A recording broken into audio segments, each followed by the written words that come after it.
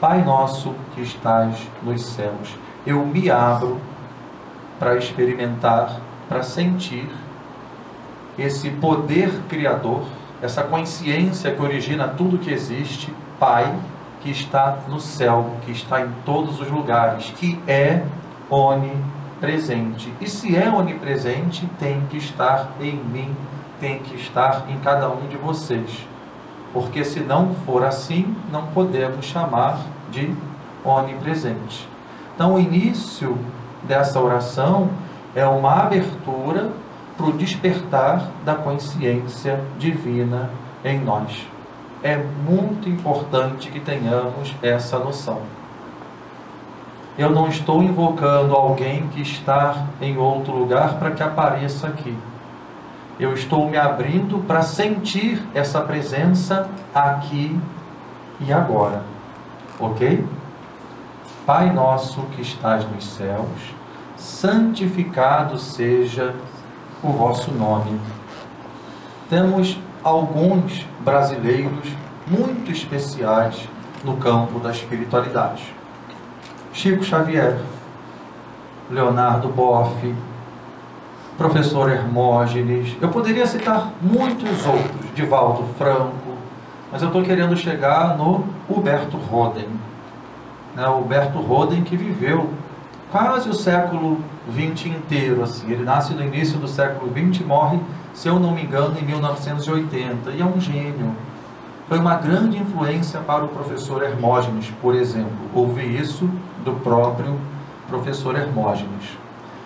Um dos livros que o Huberto Roden oferece para a gente chama-se A Metafísica do Cristianismo, onde ele comenta a oração do Pai Nosso. Um comentário muito minucioso de um sujeito que é um grande teólogo, mas ao mesmo tempo, o que é muito mais importante, é um sincero buscador espiritual. Ele vai peregrinando, por exemplo, pela Palestina, pelo Egito, pela Índia, por muitos outros lugares do mundo, atrás de mestres, em busca da experiência. Chega um momento que ele cita São Tomás de Aquino, que é considerado um dos maiores teólogos da Igreja Católica, que no finalzinho da vida dele disse assim: depois que eu tive a experiência, tudo que eu escrevi é palha. Pode jogar no lado e tacar fogo. O que interessa é a experiência. O Huberto Roden tem essa experiência com Deus. Então ele comenta a oração do Pai Nosso com a autoridade de um grande teólogo, estudioso, pesquisador, mas muito mais do que isso, com a experiência que a oração oferece. Então ele diz para a gente duas coisas muito curiosas. Ele diz assim: nas palavras do Antigo e do Novo Testamento, a palavra nome significa manifestação externa da essência interna de um ser. O reflexo externo da realidade interna, a função visível da invisível essência de um ser. Então, o significado da palavra, que é traduzida para o português como nome, no Antigo e no Novo Testamento, é essa: a manifestação externa da essência interna. E ele traz como exemplo o nome do próprio Jesus, que significa Redentor Divino. Então Jesus é o Redentor Divino. A palavra Jesus significa a manifestação externa, Jesus, da essência interna. Foi para isso que Jesus veio até nós. E a palavra santo é sinônimo de todo, é sinônimo de inteiro. A palavra santo é sinônimo de universal. Quando a gente tem esse conhecimento, a gente pode traduzir santificado seja o vosso nome da seguinte forma: seja o teu universo reconhecido como a revelação da sua natureza, um desdobramento de ti mesmo. Santificado seja o vosso nome é uma afirmação da onipresença divina.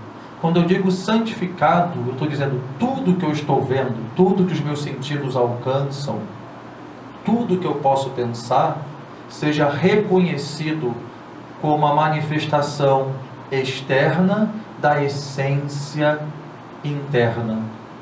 Que eu veja a onipresença de Deus. A palavra universo, isso segundo o professor Humberto Roden também, pode ser traduzida assim: o uno se manifestando através de todos os versos. Para os estudantes de yoga, dos Vedas, a gente vai aprender um Mahavaka, que é um grande axioma, uma grande afirmação, que diz que Brahman, que Deus, que o absoluto, é o uno sem segundo. E é justamente isso que está sendo dito aqui. O que chamamos de universo quer dizer o uno se manifestando através de todos os versos. Tudo aqui agora é Deus que tomou todas essas formas. Mas nesse reino das formas estamos esquecidos da nossa divindade. Jesus nos lembra disso quando diz: vós sois Deus. Jesus nos lembra disso quando diz: tudo que eu consegui, tudo que eu fiz, vocês podem conseguir também, vocês podem fazer também, e ainda mais. Tem um momento do Evangelho que Jesus diz assim: o Pai está em mim, o Pai, a consciência divina, a essência divina, e eu estou no Pai, mas o Pai está em vós, e vós também estáis no Pai. E Ele veio aqui, ou Ele está aqui agora, para ajudar-nos a perceber o que Ele percebeu. Eu e o Pai somos um. Não existe separação entre aquilo que nós somos e a essência divina. Santificado seja o vosso nome. Que absolutamente toda a existência seja percebida como manifestação concreta, visível, palpável da sua essência. E essa oração, com a próxima afirmação, abre as portas para isso, quando ele diz: venha a nós o vosso reino. Quando Jesus fala sobre o reino de Deus, ele diz: não vem com observâncias, não se pode dizer ei-lo aqui, ei-lo acolá. O reino de Deus está dentro de vós. Não vem com observâncias. A gente não tem como comentar sobre o reino de Deus, porque todo comentário é produto de pensamento. A fala é uma expressão dos pensamentos. Não vem com observâncias. Não se pode dizer ei-lo aqui, ei-lo acolá. Não tem localização espacial. O reino de Deus está dentro de vós. E esse dentro, a gente não sabe que é dentro, tendo como referencial o corpo. Dentro é essência. O reino de Deus é a sua essência. O reino de Deus é aquilo que você é aquilo que vocês são. É aquilo que é a base, é aquilo que é a fonte, é aquilo que sustenta. E hoje a nossa consciência está presa no nível da existência e ignora esse nível da essência. O Sai Baba diz que a distância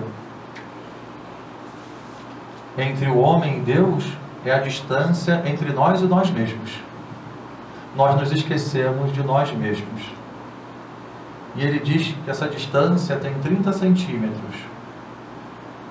É a distância entre a mente e o coração. Quando a gente tenta entender Deus racionalmente, a gente só faz se afastar dele. Mas quando a gente abre mão do racional, quando através das técnicas de meditação, de devoção, a gente acessa o nosso coração, a gente tem essa revelação que a gente pede nesse momento: venha a nós o vosso reino. Eu estou pedindo que desperte em mim, aqui e agora, a consciência divina. Felizes os puros de coração, pois eles verão a Deus. Aqui, Jesus fala para a gente sobre o objetivo da yoga, o método para conquistar esse objetivo e a consequência desse objetivo alcançado. O objetivo da yoga é esse: ver a Deus, experimentar Deus, sentir Deus. O método é purificar o coração, eliminar o egoísmo, purificar as emoções negativas, para que a gente possa se perceber como essência. E a consequência disso é a felicidade, ou a bem-aventurança.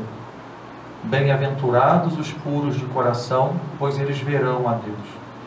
Então, o que pedimos para Jesus nesse momento, venha a nós o vosso reino, é que tenhamos esse coração puro, para que através dele possamos experimentar, ver, sentir, conhecer de verdade, não como uma ideia, como uma teoria, Deus, em nós e consequentemente em tudo.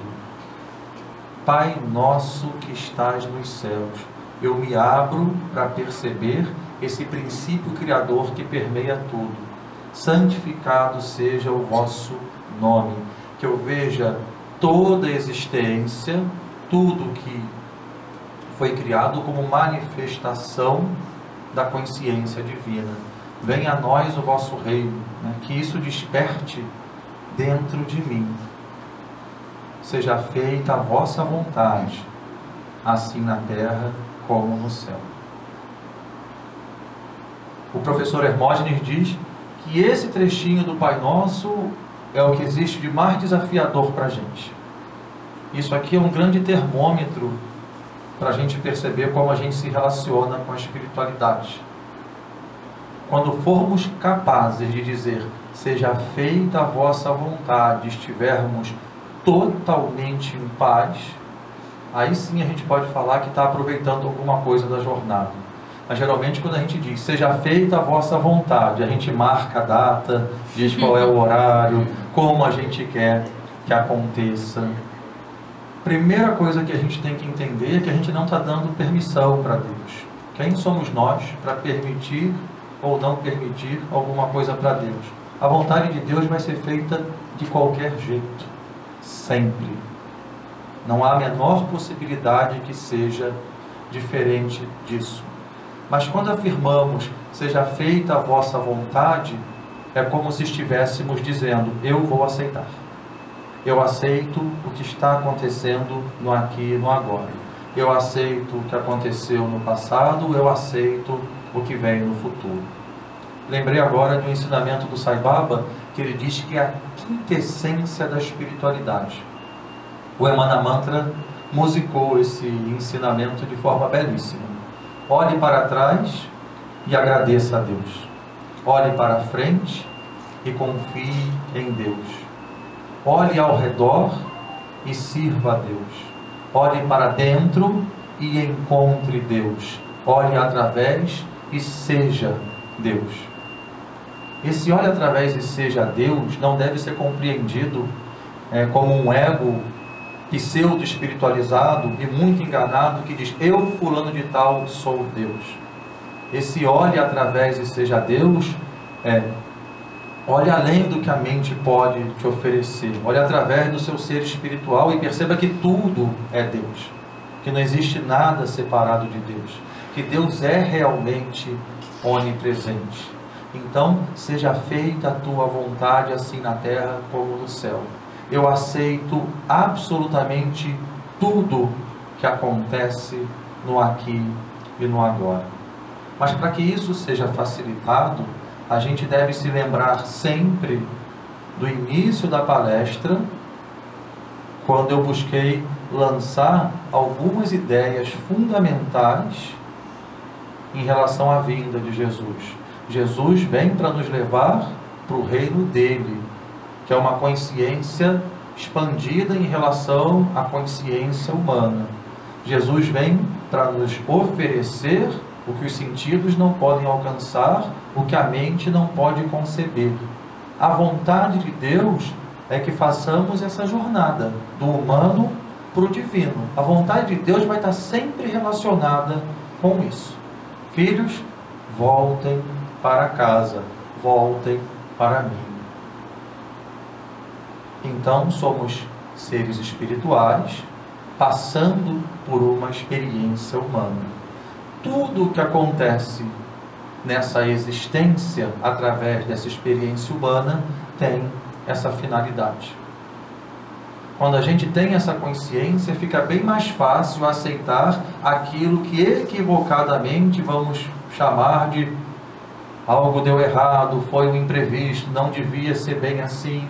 A vontade de Deus vai estar sempre de acordo com o que é melhor para a nossa alma, mas nem sempre em acordo com aquilo que é o desejo do meu ego. E muitas pessoas se afastam de Deus justamente porque querem Deus como um servidor do ego. Barganham com Deus. Fazem alguma coisa para Deus em troca de uma premiação no futuro. Então, seja feita a vossa vontade, é o reconhecimento dessa inteligência divina que permeia absolutamente tudo, cuidando que tudo retorne para ela, que é a própria fonte. Jesus tem uma frase belíssima onde ele diz assim: a minha maior alegria é fazer a vontade daquele que me enviou. Mesmo que isso custe a vida do corpo, mesmo que isso custe para o corpo humilhação, espancamento, a minha maior alegria é fazer a vontade daquele que me enviou. A minha maior alegria é estar de acordo com a consciência divina que habita em mim. A minha maior alegria é estar consciente do meu ser real, que é pura alegria.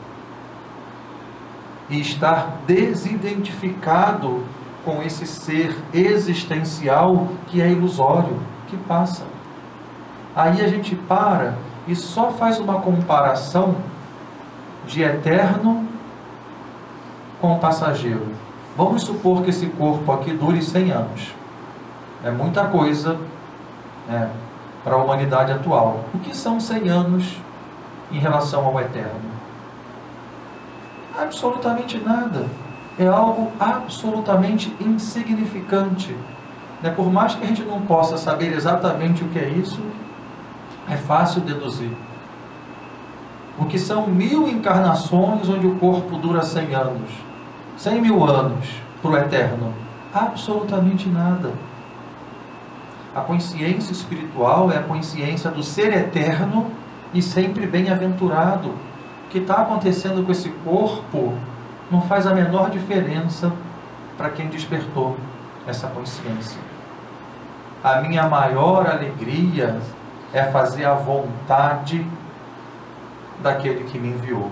O meu manjar é estar de acordo com a consciência divina. Quando eu não estou de acordo com ela, a minha mente está turbulenta, surgem emoções negativas, isso vai reverberar no corpo e eu estou preso. Estou preso numa ilusão, que eu sou separado de Deus ou separado do todo, que eu estou sofrendo e eu não me dou conta disso. Então, tem um momento que Jesus nos chama: filho, sobe a montanha comigo. Presta atenção no que eu vou te dizer. Pai nosso que estás nos céus. Se abre para isso. Se abre para a essência divina que permeia tudo. Santificado seja o vosso nome. Percebe que toda existência é manifestação dessa essência. Venha a nós o vosso reino. Pede para que essa consciência desperte dentro de você. Seja feita a vossa vontade. Enquanto você estiver nessa condição, antes de superar a ilusão, saiba que essa é a maneira mais sábia de se viver, de acordo com o mantra do professor Hermógenes: entrego, confio, aceito e agradeço. O pão nosso de cada dia nos dai hoje. Roberto Roden, que é um grande estudioso desse texto, ele diz que dificilmente a palavra original era pão. A gente até pode colocar como alimento, mas o alimento espiritual. Que o alimento espiritual seja nos dado agora. Eu até prefiro agora do que hoje, porque só existe agora. O pão nosso de cada dia nos dai hoje. Segundo Roden, a tradução mais correta seria o seguinte: aquilo que é conforme a nossa natureza que seja experimentado agora.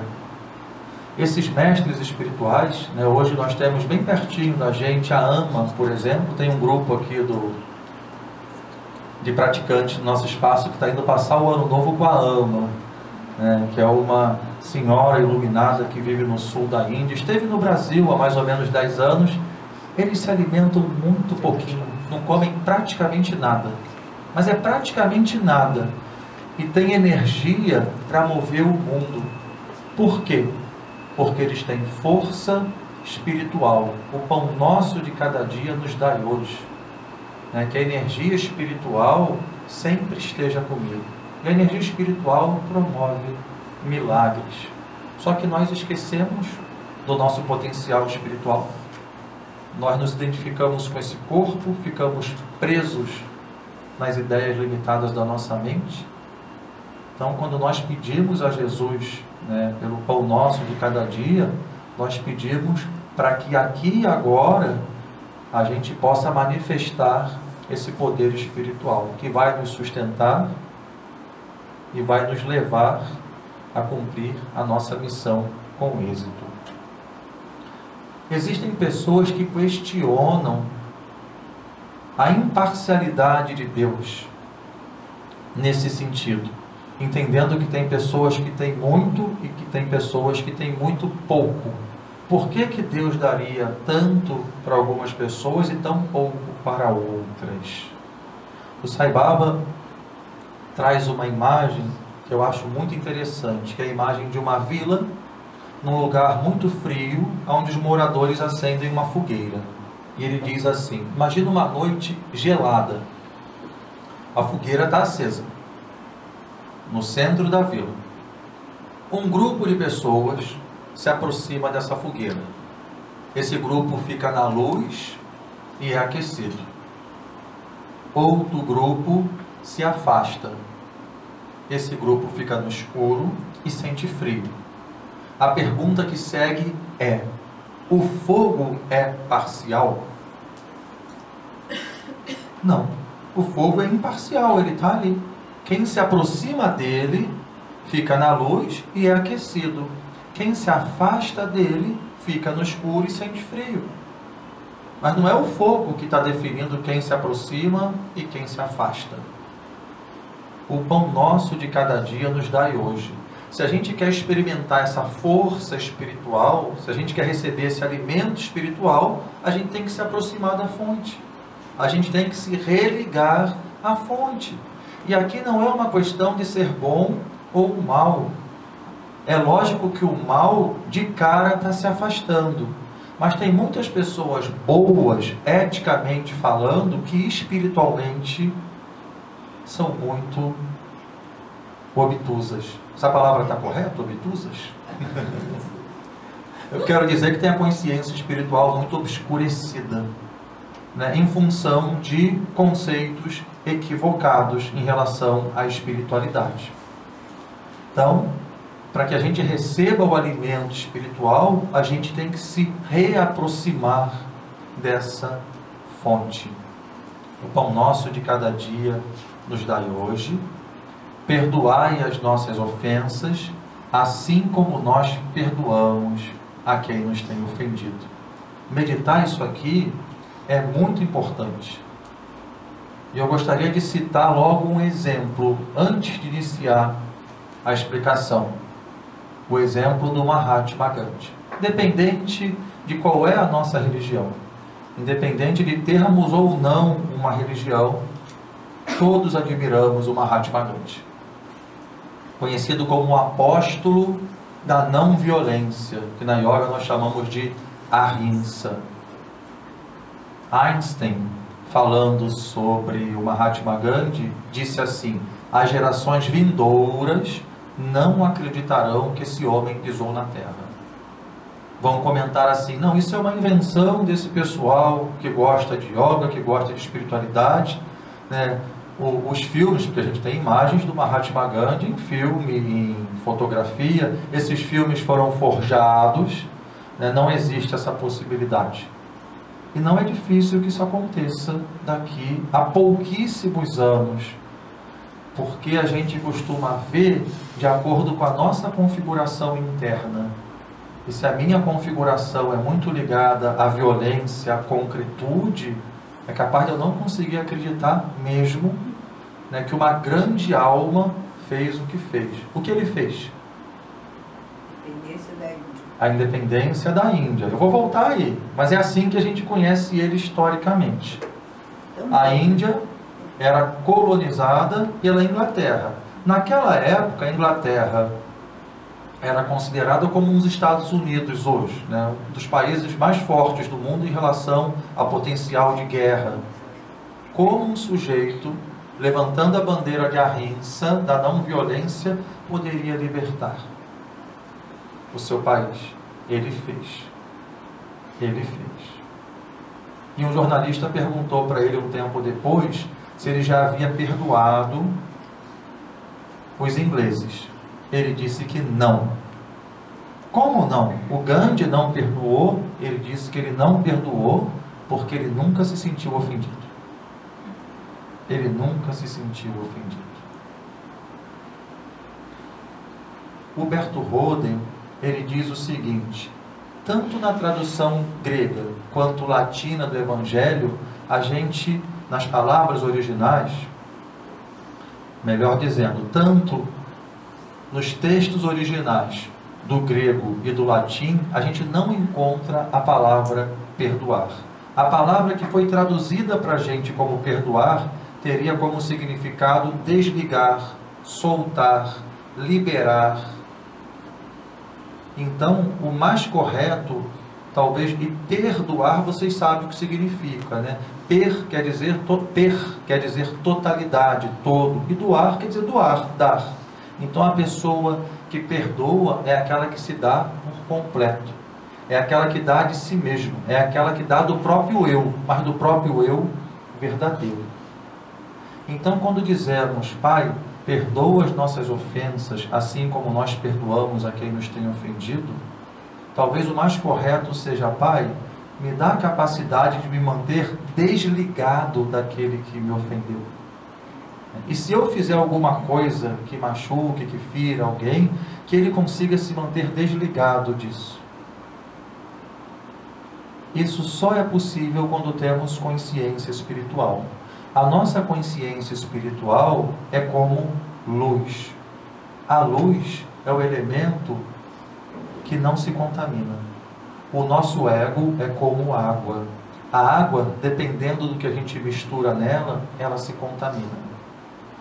Então, esse corpo é mais ou menos 70% de água. Quando eu não consigo perdoar, eu fico magoado. Mágoa quer dizer má água. Eu fico magoado.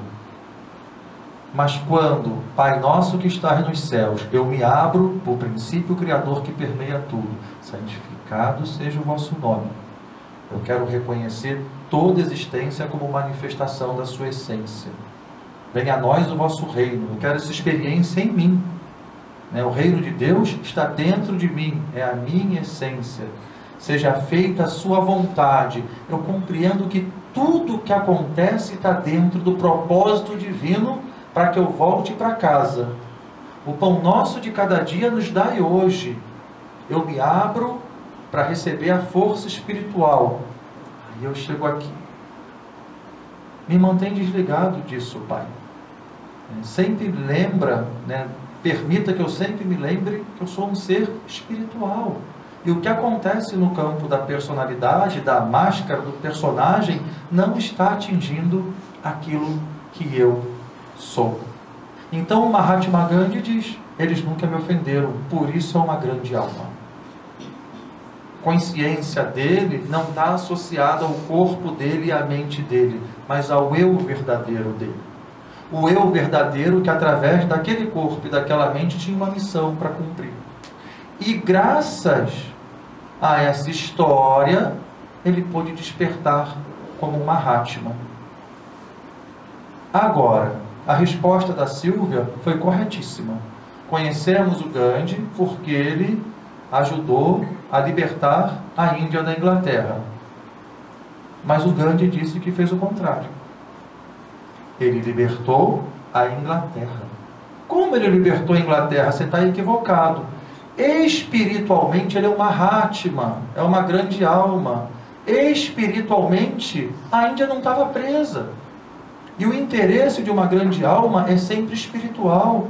Eles continuaram ligados a Deus, fazendo as práticas dele, aceitando as coisas como aconteciam, porque tudo acontece dentro de um propósito divino.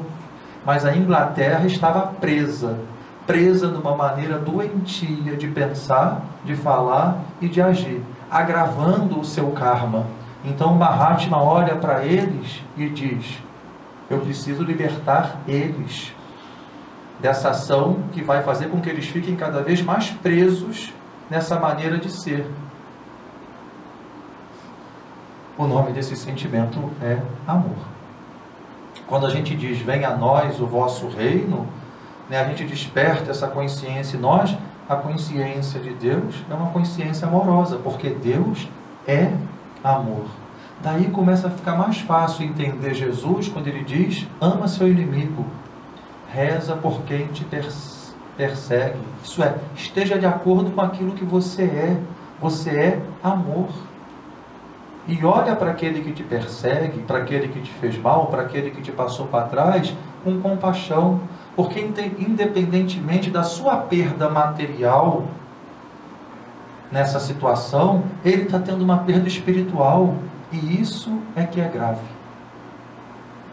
E segundo Buda, nosso querido Buda, o ódio não cessa pelo ódio. O ódio só cessa com amor. O pão nosso de cada dia, o poder espiritual, é o poder do amor. Quando a gente responde o mal com amor, a gente transforma o mal, porque o mal é escuridão, o amor é luz. O nosso ego não acredita nisso. Por isso o Buda segue o ensinamento assim: o ódio não cessa pelo ódio, o ódio só cessa pelo amor. Essa é uma lei eterna, não vai mudar nunca. Muitos neste planeta não conhecem essa lei, ignoram essa lei, mas aqueles que a conhecem não lutam uns contra os outros. Mahatma Gandhi. Quando um homem desperta a consciência do amor, neutraliza o ódio de milhões. Porque o amor é luz se expandindo, o ódio é escuridão. A luz é real, a escuridão é falsa. E não nos deixeis cair em tentação. Aqui a gente sempre cai numa armadilha. E não que a gente vá por um caminho errado por isso, mas a nossa prática acaba ficando limitada. Quando nós repetimos, e não nos deixeis cair em tentação, muitas vezes, antes de surgir o paradigma espiritual, aonde eu busco o Pai Nosso que está nos céus, onde eu busco perceber toda a existência como manifestação da essência, onde eu busco despertar a consciência divina dentro de mim mesmo, onde eu busco aceitar tudo que está acontecendo como algo que faz parte do propósito divino, onde eu busco vibrar o amor, que é o maior poder espiritual. A partir daí, não me sentir afetado pessoalmente por absolutamente nada, e não nos deixeis cair em tentação. O paradigma ético, que é valioso, vai entender que a tentação é algo que seja mal, que me leve a ser violento, a roubar. Eu vou falar do início da tradição da yoga, né? Quando a gente estuda yoga, a gente inicia pelos 5 yamas: não mentir, não roubar, não ser violento, não acumular e manter a energia sexual sob controle, que a gente não permita que essa energia controle a gente. Aí a gente entende que cair em tentação pode ser trair alguém por não conseguir conter a energia sexual, roubar, ser violento, mentir para obter algum benefício, acumular indevidamente. E certamente isso seria cair em tentação, e certamente isso deve ser evitado. Está valendo isso. Se eu entendo e não nos deixeis cair em tentação assim, é um bom entendimento, mas ainda limitado para o propósito dessa oração, que Jesus diz do alto da montanha. E não nos deixeis cair em tentação, pode ser interpretado também como: e não permita que eu continue vivendo para o meu ego. Mesmo um ego ético, um ego bom, um ego que age de acordo com a lei, um ego que tem boas intenções. É claro que não há nada de errado com isso, pelo contrário, isso é desejável nesse nível, que eu haja de acordo com a lei, com amor, com a compaixão, com a caridade. Mas isso não me leva ainda à consciência daquilo que eu sou. Isso facilita. Isso é fundamental, eu diria. Mas é importante, né, que eu me lembre. Eu tomei esse corpo humano e nele eu tenho a grande oportunidade de me relembrar, de me reunir, de me religar com aquilo, seja bem-vindo, com aquilo que eu realmente sou. Plotino, um filósofo muito interessante, ele dizia assim: lembrem-se sempre que a virtude não é um fim, a virtude é um meio. A virtude é um meio. A gente está falando que a virtude é necessária, ela deve ser praticada, mas ela não é o fim. O fim da história não é tornar-se um ser humano virtuoso. O fim da história é, através de um ser humano virtuoso, eu me perceber como um ser divino. O cuidado que temos que tomar para não cair em tentação nesse nível é justamente o apego a eu sou um ser humano perfeito, muito bom, exemplar. E não nos deixeis cair em tentação. O Huberto Roden, ele coloca assim: a tentação a que pedimos a Deus que não nos deixe sucumbir é a não transição da nossa atual consciência ego para a futura consciência universal. Então a gente tem que tomar cuidado para não ficar preso na identificação com o veículo humano. E finalmente, mas livrai-nos do mal. Mas livrai-nos do mal. Platão diz assim: só há um mal, que é a ignorância, só há um bem, que é a sabedoria. A palavra sabedoria tem a mesma raiz do verbo saborear. O sábio, na yoga a gente chama de gnani, é aquele que saboreia Deus. Um exemplo para ficar mais fácil. Eu posso dizer para vocês que a laranja é uma fruta muito nutritiva, que faz muito bem para a saúde. Posso explicar isso. Aí, supondo que vocês concordem, eu posso falar para vocês aonde vocês podem conseguir algumas laranjas. Posso ensinar como chegar nesse local, como colher a laranja. Posso ensinar a lavar a laranja, a descascar a laranja. Eu posso até dar dicas de como mastigar a laranja. Eu posso falar para vocês de maneira que vocês saibam exatamente qual é o gosto da laranja. Isso eu posso até fazer, mas não quer dizer que vocês vão saber qual é o gosto. Só vai saber qual é o gosto da laranja quem experimentar, quem estiver saboreando a laranja. Esse vai poder falar, né, que conhece o gosto da laranja. O sábio espiritual é aquele que saboreia a Deus. Não é aquele que conhece todas as escrituras, aquele que conhece todas as técnicas, aquele que já esteve na presença de mestres. É aquele, pode ser esse também, mas o fundamental é aquele que saboreia Deus.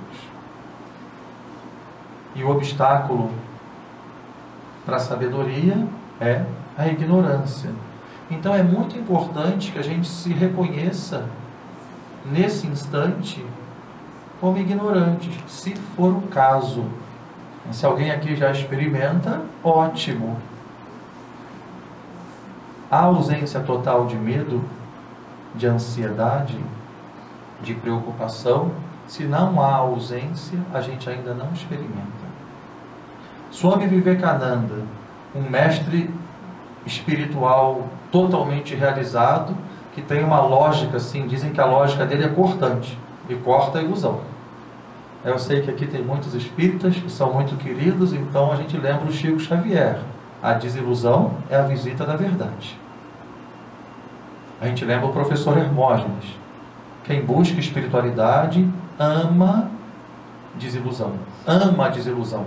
Porque quem não ama a desilusão, ama a ilusão.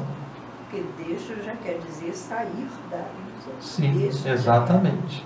Mas a desilusão dói. Nossa, eu já me desiludi algumas vezes na vida e doeu. O que doeu não foi a desilusão. O que doeu foi o apego à ilusão. Você queria muito que a ilusão fosse verdade, mas era ilusão. O problema não é nem da ilusão, é do seu apego. Swami Vivekananda tem uma lógica cortante. Corta a ilusão, promove desilusão. Ele diz, olhem como a desilusão incomoda. Se você se preocupa, se você fica ansioso, se você sente medo, você se converte imediatamente em ateu. Não faz isso comigo não. Incomoda, né? Incomoda.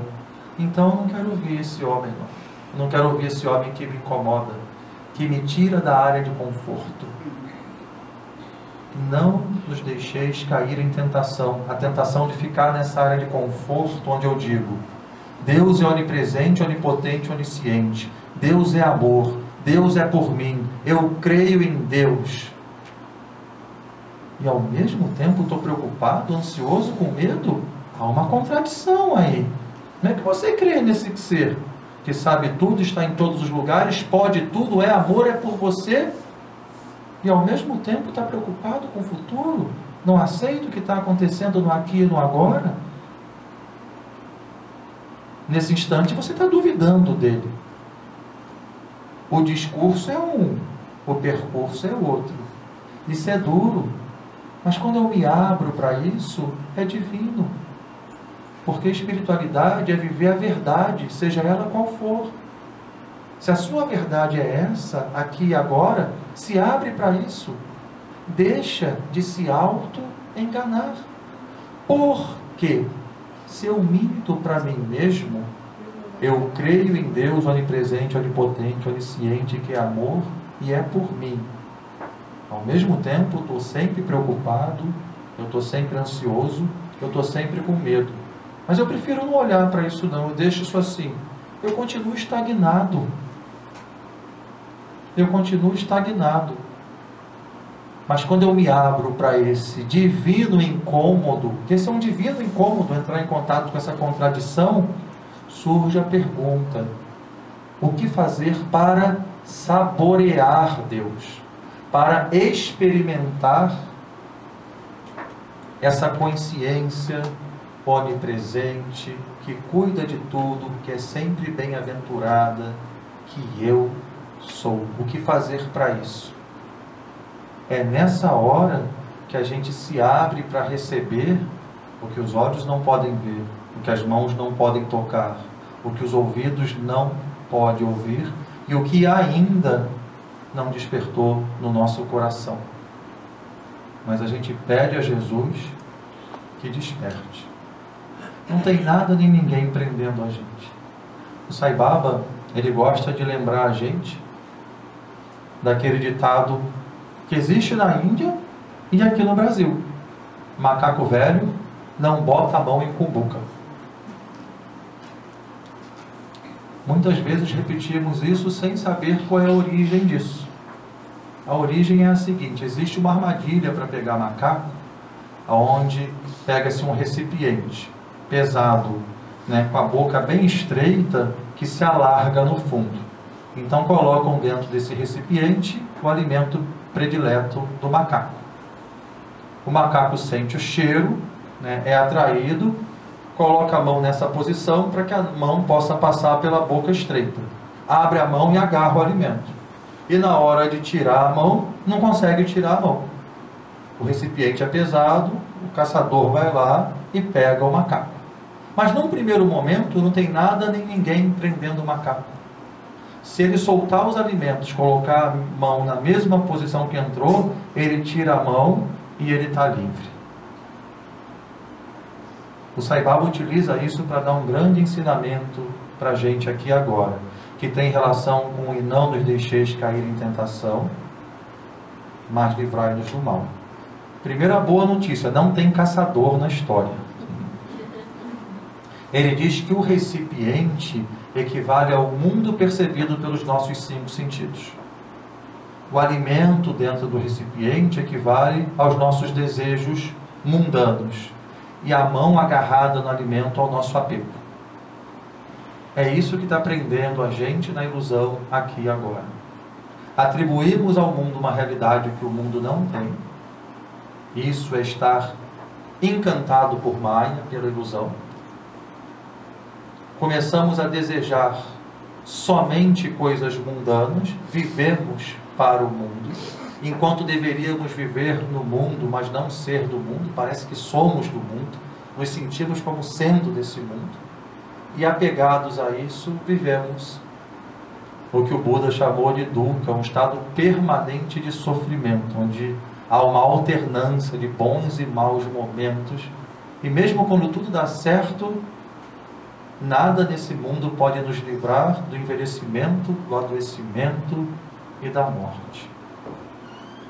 Mas Jesus diz que quem quiser ganhar essa vida, irá perder a vida verdadeira. Mas quem abrir mão dessa vida por causa dele, da consciência divina, vai ganhar a vida verdadeira. A partir daí, nós nos desapegamos daquilo que é mundano e nos voltamos para aquilo que é espiritual. Não junte riqueza na terra, onde os ladrões roubam, onde as traças corroem. Jesus é bem claro em relação a isso. Junte riqueza no reino de Deus. Busque o conhecimento do coração. Lá você vai se perceber como um ser eterno, que os ladrões não podem roubar, que o tempo não pode desgastar. Essa é a mensagem do Cristo cósmico, que eu tive a alegria de compartilhar com vocês hoje. E quero propor uma meditação. Te feche os olhos.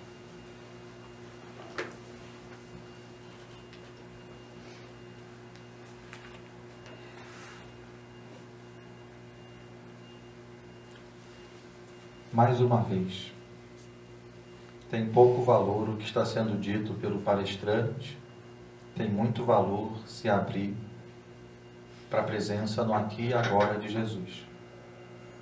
Jesus como guru, como aquele mestre que traz a luz e dissipa a escuridão.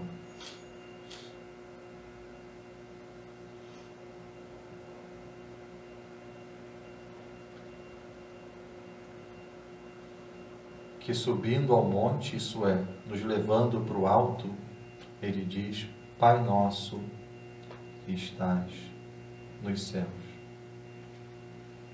Ele sugere que aqui agora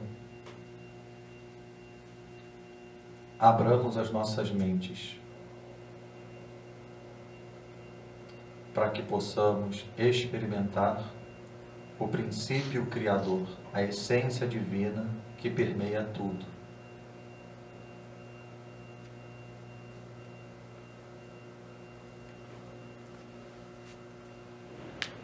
Se a essência divina permeia tudo, ela está em nós também.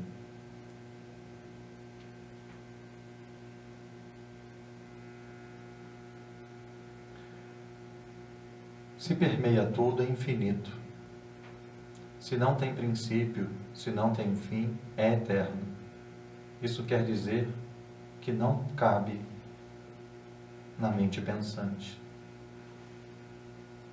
Se surgirem pensamentos, deixe-os passar. Eles fazem parte disso também. Santificado seja o vosso nome. Senhor, que eu perceba toda existência como manifestação da sua essência. Tudo aqui e agora é manifestação da essência divina, pois Deus é onipresente.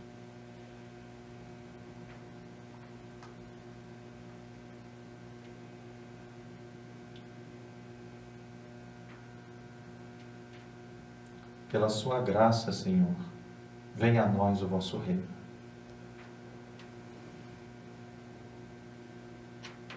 Desperte em cada um de nós aqui agora a consciência divina, a consciência do eu sou.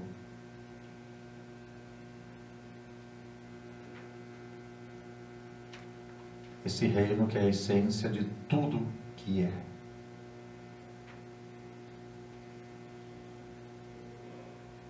Seja feita a vossa vontade, aqui na terra como no céu. E nós sabemos, Senhor, que aqui e agora é essa a sua vontade. Essa é a sua vontade permanente. Que cada ser, que cada criatura, que cada forma se reconheça como a própria divindade.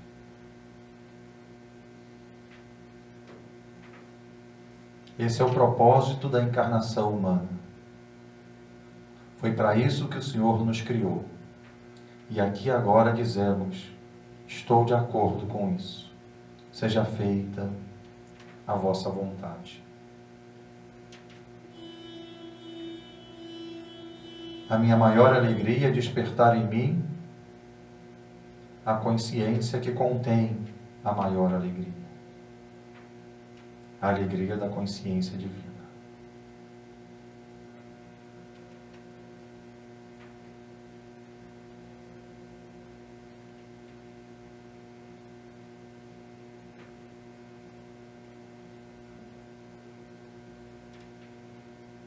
O pão nosso de cada dia nos dai hoje. Nos dai agora, Senhor, a força espiritual. Essa força espiritual que surge e transborda quando nos percebemos como Prema-Swarupas, isso é, como encarnações do amor. O amor que é pura luz.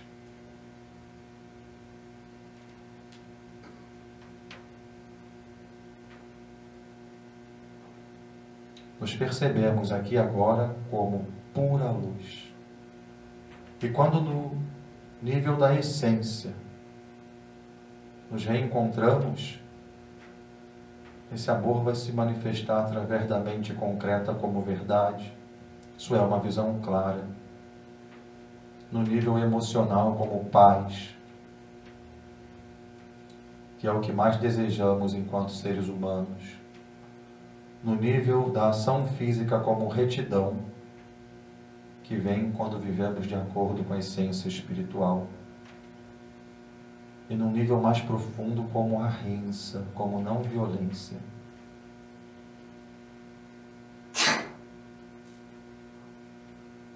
O pão nosso de cada dia nos dai agora. Perdoai as nossas ofensas, assim como nós perdoamos a quem nos tem ofendido.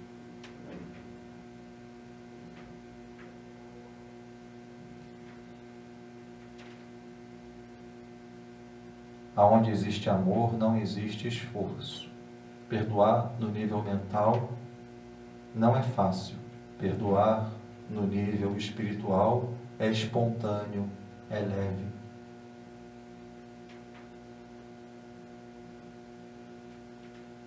O Senhor que é amor e está em mim, o Senhor que é amor e é o ser real, me mantém desligado de toda ofensa, de toda violência, de todo julgamento.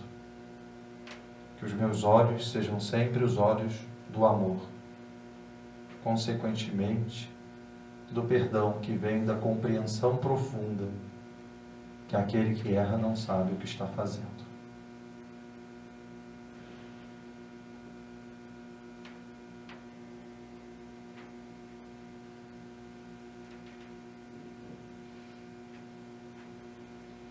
E não nos deixeis cair em tentação.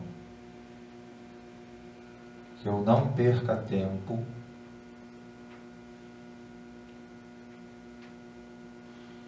vivendo para o mundo.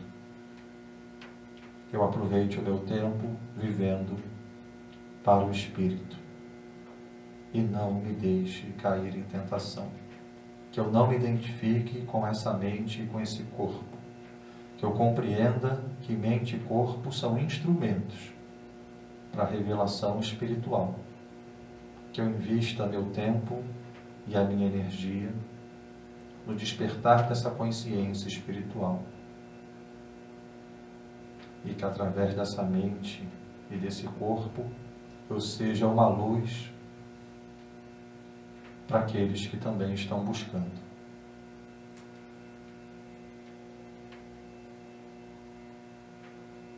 Mas livrai-nos do mal. Livrai-nos do mal da ignorância, Senhor. Livrai-nos do ego.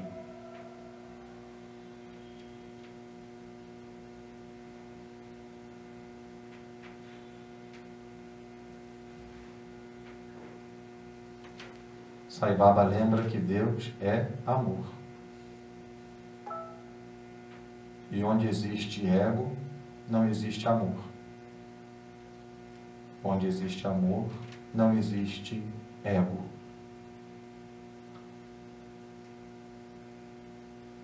O amor vive de dar e perdoar.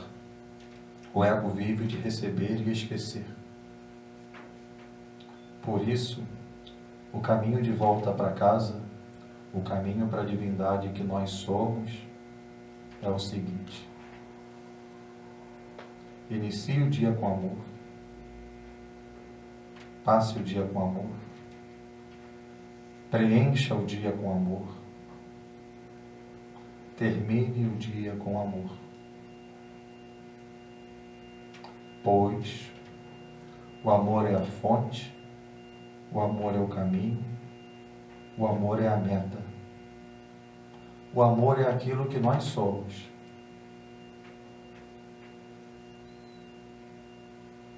O amor é aquilo que nós somos. O amor é aquilo que nós somos.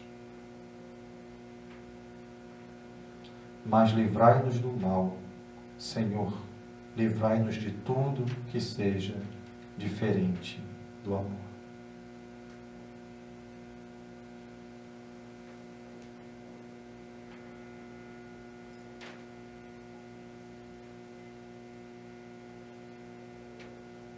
Amém. Que assim seja.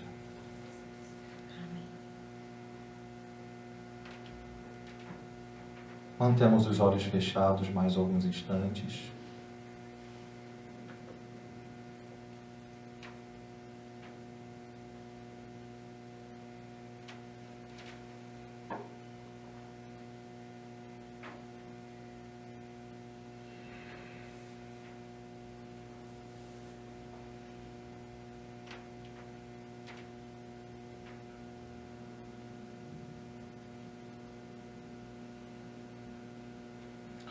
Eu peço que em silêncio, cada um de vocês faça uma oração pedindo para que esse alimento que foi trazido leve as vibrações dessa palestra para as pessoas que vão receber. Faz oração do seu jeito, de acordo com o seu coração. Tenho certeza que o sentimento de vocês não foi: eu vou trazer o alimento como o ingresso para a palestra, até porque não era obrigatório. Quem não trouxe hoje pode trazer depois, não se preocupe de jeito algum. Mas o sentimento é: estou levando esse alimento para levar uma alegria para o irmão. Então agora a gente ora para que esse alimento leve até o irmão todo o conhecimento que foi compartilhado aqui, todas as boas vibrações.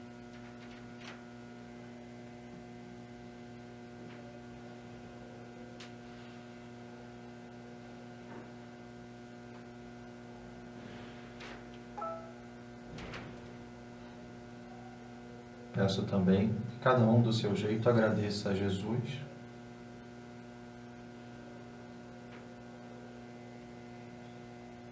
pela oportunidade que nos dá aqui e agora.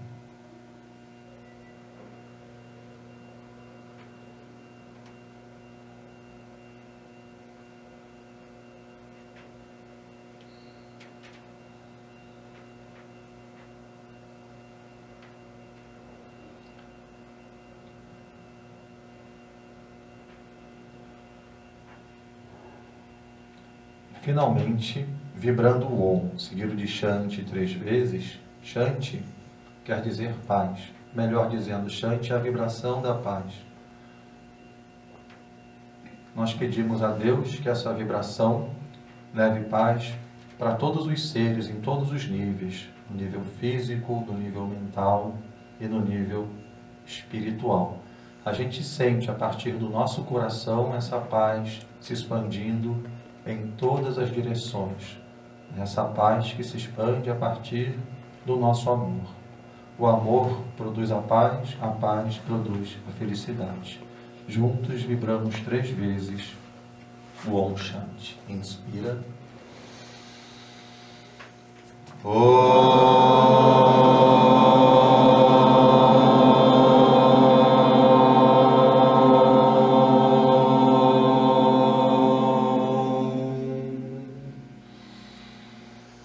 Shanti, Shanti, Shanti.